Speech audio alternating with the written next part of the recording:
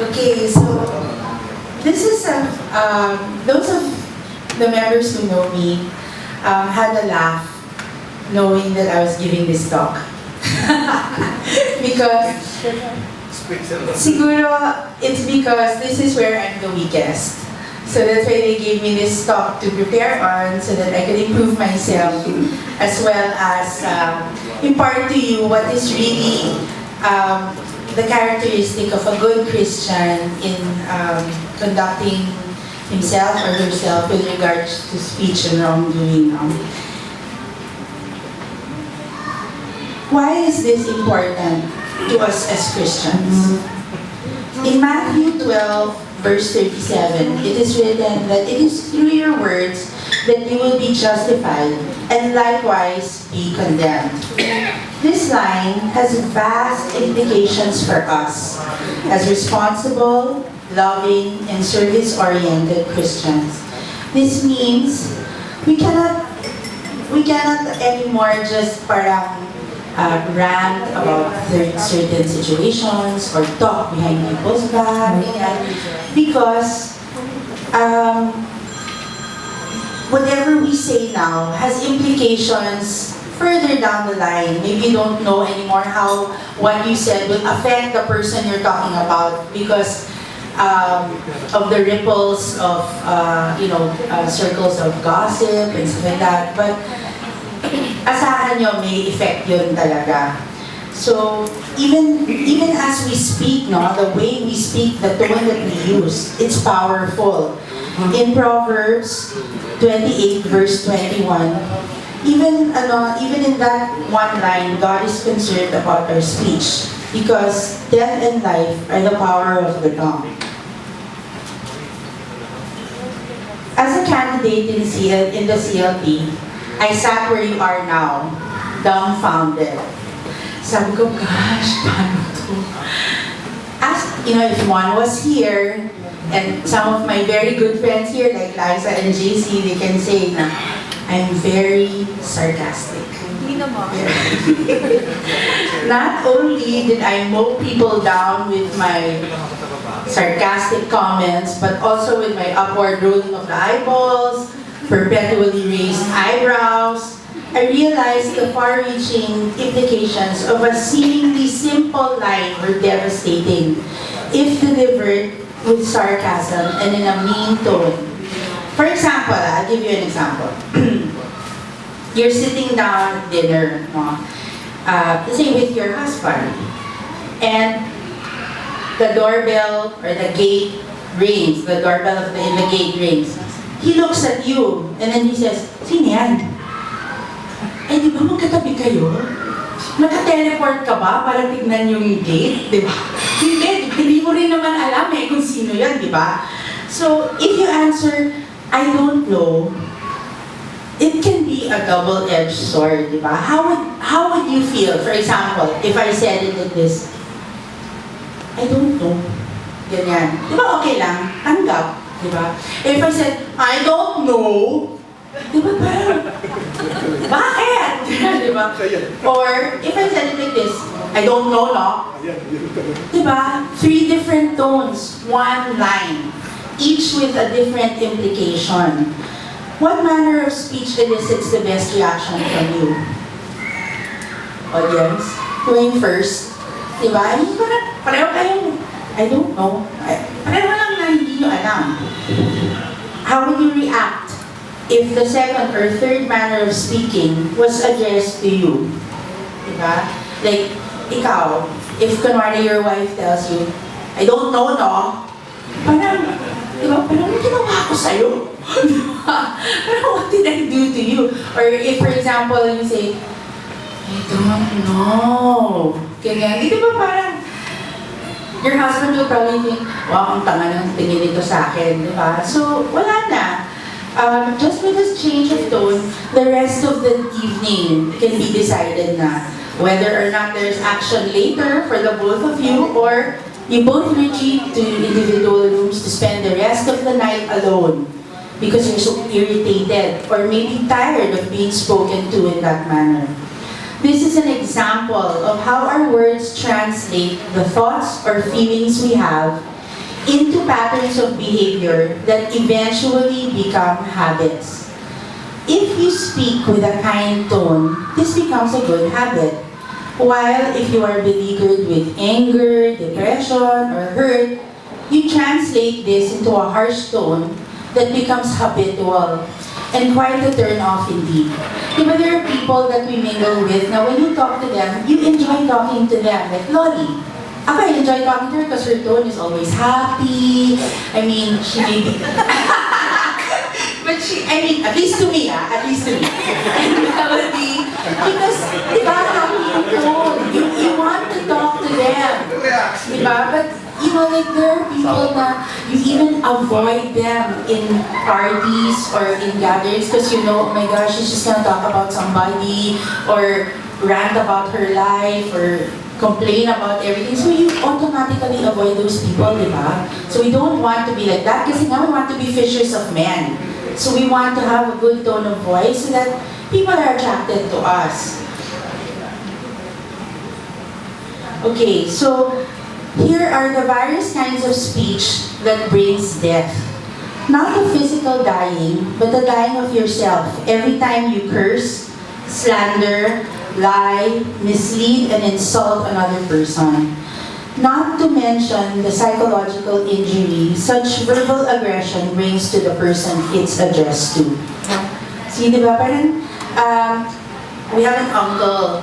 Every sentence he utters starts with a PI. So parang, why? everything starts with that.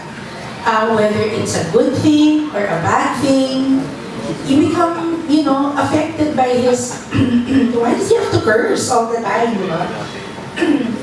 Reviling, that's when you're talking about other people, not good.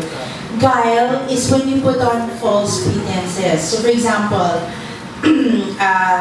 you want to get this person to join your multi-level marketing group or something. So you appeal to everything that you know that person likes. So he likes to be flattered. So you tell him, Cha, ang pogi mo, gosh, look at muscles mo, or ganyan. Everything that he wants to hear, you say it, diba? Even with the purpose of trying to win him over for something else. So that's guile. False witness is when you, of course, say bad, lie about other people, and slander, pepe, slander, a legal term. Pero, it's something that we have to be careful about also. Does anybody really derive pleasure or even peace of mind for doing any of these five? Do you actually enjoy talking about other people, misleading other people? Do you derive pleasure from that? If it's yes, Edna is there, Irma is there, you need to speak to a counselor. Okay, so important yan. Be sure to taste your words before you spit them out. Or, what our mothers used to tell us, diba? If you cannot say anything nice, don't say anything at all. Okay. This is a slide that I put there. It's actually from a site that shows the effect about bullying, even verbal abuse. So this is no physical abuse. It's just telling your kid day in, day out, or your subordinate at work, stupid naman ito. Or, ganyan. Yung simple things that you think doesn't affect the person. This is what happens. Verbal abuse is strongly associated with chronic pains, migraines, stammering, ulcers, other stress-related conditions. And it's not just an association, it's a strong association. And then psychological effects of verbal abuse, fear and anxiety, post-traumatic stress disorder, hypervigilance, irritability, alcohol, and we've been seeing a lot of this lately, suicide, self-harm, assaultive behavior. Among the five I mentioned before, slander, gossip, and negative humor is especially dangerous. These forms of wrongdoing go very much unnoticed in the normal flow of conversations that we have. Slander is a malicious, false, defamatory statement spoken by a person with the intent to damage reputation. What's bad about that? You ask yourself, di ba? A person's reputation pala, according to Dr. Alec Lickerman, in an article written in Psychology Today. I had to research this kasi syempre doktor ako, no? I wanted to be sure that there's really something going on with the effect on the person. A person's reputation is fundamentally all a person owns. Your reputation, according to Dr. Lickerman, lives a very real existence apart from you, representing the collective mental construct everyone but you shares about you. So your reputation is different from you because this is what people know about you, what they talk about you. Na you don't have anything to do with that. Diba? I mean, yeah, you make your reputation, but it can be destroyed or it can be enlivened by the conversations of other people about you. A construct that is based partially on your own actions, but also on the perceptions others have about others' perceptions of their actions. So it's like a third person thing. People are talking about you, about actions that you may or may not have done. And that, in the end, destroys or builds up your reputation. So, for me, this is very important because, diba, like, let's put ourselves in the real world, diba? Instagram, Facebook, you put all these comments about certain people in our government, let's just say. I am not politically inclined to any party. But let's just say, for example, we're talking about somebody in the government, bashing. And then, you're on your way to your action group meeting. Praise the Lord! Oh, thank you for all of my blessings. Hello? Diba? I mean, you have to be careful. Can both fresh water and salt water flow from the same spring? Cannot. So you have to be consistent. If you're gonna be nice all the time. Okay. Yeah, that's slander. We only ever have influence over our reputation, never control. As is the case with all things external to us, it remains one of our most precious assets. Far more important than anyone's job, house, car, or even would argue money. Dr. Lickerman goes further to say that our reputation is a practical life navigational tool. A good reputation opens doors, thus gives us a smoother life, while a destroyed reputation is almost impossible to overcome. That's why maraming suicides, di ba? Can you imagine what a comment behind a person's back can destroy? Can you imagine if I told somebody that this girl was a drug addict, pushing shabu to fuel her habit? Can you imagine the implications in this day and age? I think tomong people. You have to be careful kasi mamaya jokes na ganyan. The police is knocking down your door or whatever. You cannot go to Caloocan. You have to be careful about what you say. Okay.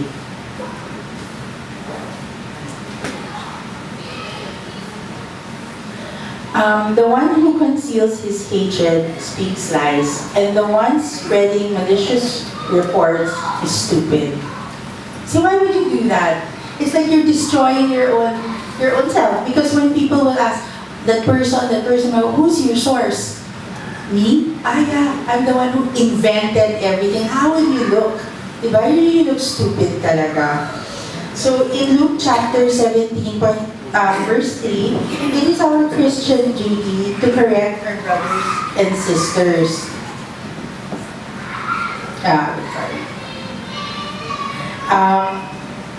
In our community, I experienced this many times. I may do or say something wrong, but I am always lovingly and patiently corrected. I'm taken aside by an elder, or we have a one-on-one talk where we talk about my mistake and how I should correct it. The result is that I've given a new perspective on an issue, and I'm lovingly supported as I do my best to change a behavior or correct a mistake. So you shouldn't look at filial correction as being put down, but just the love, the extension of love and concern of your community members to you, because they don't want to see you fail as a Christian. So even if it's sometimes difficult to take, it's important that you listen to the advice that's given to you by the elders in the community, or even at most your action group leader, because siya yung talagang will notice everything. So how do we Christians respond to those who speak ill against us? This is one of the occasions where we practice charity. We listen to them, but unless you listen, or unless you speak to the person directly, all third-party conversations should be taken with a grain of salt. So for example, somebody's talking in a group, no? And then, oh, si ganyan, I heard, ganyan. Ikaw, you just go, okay, ganyan. You go, oh, talaga text ko man, ganyan. No more. You just, parang okay, just for the sake of listening to what the person has to say, but you don't really have to act on everything that is told to you, no? Always keep in mind that unless you hear it from the horse's mouth, it may be an untruth, and may cause you to form wrong judgments about the person being spoken about. Furthermore, that person isn't there to defend him or herself. When I saw this slide, natatawa ako kasi we women, no, we like to get together over coffee, talk about people, talk about things, circumstances. But if we're not careful with with our conversation, it leads already to gossip. Like, parang as the undeniable truth that Bridget Barreto is having an affair with Bennett. Hindi na. You have to try to, avoid circumstances like that. It's fun to get into that, to talk about other people and all, no? But not anymore. Actually, me now, I'm so thankful because a lot of my friends are friends who joined BCBB with me. So, I find that as I grow older, I gravitate now to people who have a pleasant, wide outlook of life, and I try to shy away from people who talk about others behind their back. It's such a waste of time, man. It is so accepted in society to talk about other people, public figures and circumstances. I also try to put myself in their shoes, the person you talk about. I would definitely not want to be the subject of many people's conversation. Before joining the Brotherhood, I would often go out with my girlfriends and bash. Alam mo yung bash? Diba? We would just sit in a group and make fun of strangers, our husbands, each other. Like somebody would walk down the street wearing cheetah, leopard, and giraffe print and go, "Rawr," stuff like that. It's funny, yeah, but then it becomes a habit. And then you start nitpicking everybody you see. Parang, ay, ba't ganyan ang color combination niya? Ay, hindi match yung bag niya. Bakit yung pedicure, manicure niya hindi match? Parang ganon. You become so critical. And that's also a way of dying for you because instead of being charitable, you're becoming very mean-spirited. Thank God when I joined the community, I realized that negative humor is not constructive at all, and it could rapidly escalate into pure cruelty and indirect bullying. And I stopped indulging in it. I started by being quiet during such conversations. Then I would interject a totally different topic. Now, when my friends and I go out, at least when I'm there, we don't make negative humor part of our conversation. When we talk to our children, we are aware of what we say to them.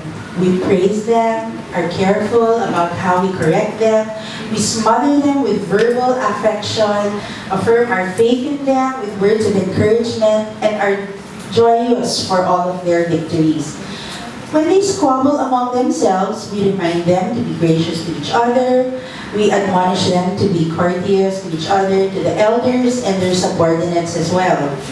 Why is it that we cannot be as generous to our brothers and sisters who are also children of God as we are to our children? We should practice how we speak to the little ones, to our brothers and sisters in Christ as well. So gracious speech is like clover honey, good to taste and quick energy for the body.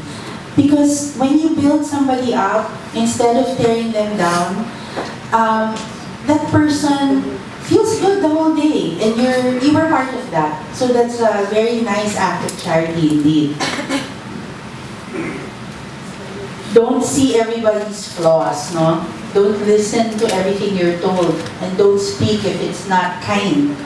Always look for the good in people. Not everything is truth. Only speak words of kindness. This is one of my favorite quotes from Joel Osteen. You cannot hang out with negative people and expect to live a positive life. Nakakahawa ang pagiging nega. So, if you're always with somebody who tears people down or sees the bad in everything, before you know it, you'll also become like that. This is from a Facebook post. Thou shalt not post pictures online that say, one share equals prayer. Diba? Parang let's not limit our interactions to just that. And we have to really reach out and talk to people. Lastly, how do we speak to God? Do we demand as spoiled little children? Do we praise our comings and ask for forgiveness? Do we even thank Him? Personally, I speak to God as a child speaking to his father, to her father. I praise Him for very specific things, like allowing me to practice my profession, for the weather, for the parking space, for waking me up in the morning. I like to make sip-sip to God. So when I wake up in the morning, you are the most powerful ever. You're my all, you're everything to me. Parang I love you with all my heart and soul. I like to make sip-sip. Kasi diba, like if you tell that to your mom, Mom, ang ganda mo! You're so beautiful today! Saan mo gusto mag-lunch niya? Diba? That's the way I am with God. So, I tell Him I am nothing without Him. And how humbled I am by how the world works. I call on Him as a needy child. I ask Him for everything. I call on Him as if I'm the only person alive. Sorry, no? I don't pray for world peace. I do. But, parang mas importante ako. Parang it's really like, Daddy, I don't have pambayad ng city bank today. Ganyan, small things. And you're really humbled by how much you need God. When you talk to Him that way, when you rely on Him for everything, even the breath that you take, diba? You become very humble because you realize you really cannot do anything on your own. So when you're talking to somebody as if your life depends on it, diba? That's how you should talk to God. You should be very, one of the members here told me before, you should be a fool for God. So if God wants you to make a fool of yourself, just to glorify Him, you should. Because you love Him. You would do that, di ba, for your... That's why some parents, they dance on stage with their children in their Christmas presentation. They make a fool for the people they love. So that's how you should talk to God. It may be very shallow now, but I really don't pray all the time for world peace or intentions for the Pope, ganyan. But for me, yun nga, I'm just a little girl talking to my father.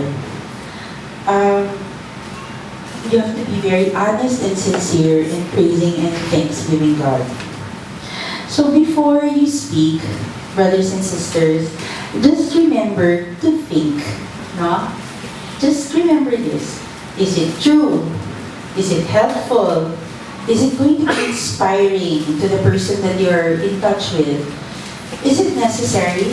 Kasi like, ako in my practice as a doctor, you don't have to tell a person that she's about to die if she's going to die. Diba? You have to build her up in a way that she accepts her illness, but has the will to continue giving the best of her life to her family. You don't have to tell her, di ka na pwede lumabas, di ka na pwede mag-travel, di ka na, pag may umubo sa'yo, patay ka na. You don't need to say that. Di ba? Even if it's the truth, hindi mo na kailangan sabihin yan. So you always have to discern, is it necessary for a person to know everything? Hindi naman siguro. And lastly, is it kind? No? So this acronym alone will help you discern how to speak to others. No? Hopefully, you will remember how words can injure and maim, but also how words can build and unify as well. So I hope you will remember to be kind in everything that you do, and it will be a pleasure to see you all here. And parang kayo, ako, before, you will get filial correction here and there, pero yun, it's good. Kasi we will all be going together as a community, praising and worshiping God. Okay? So good afternoon, everybody, and thank you.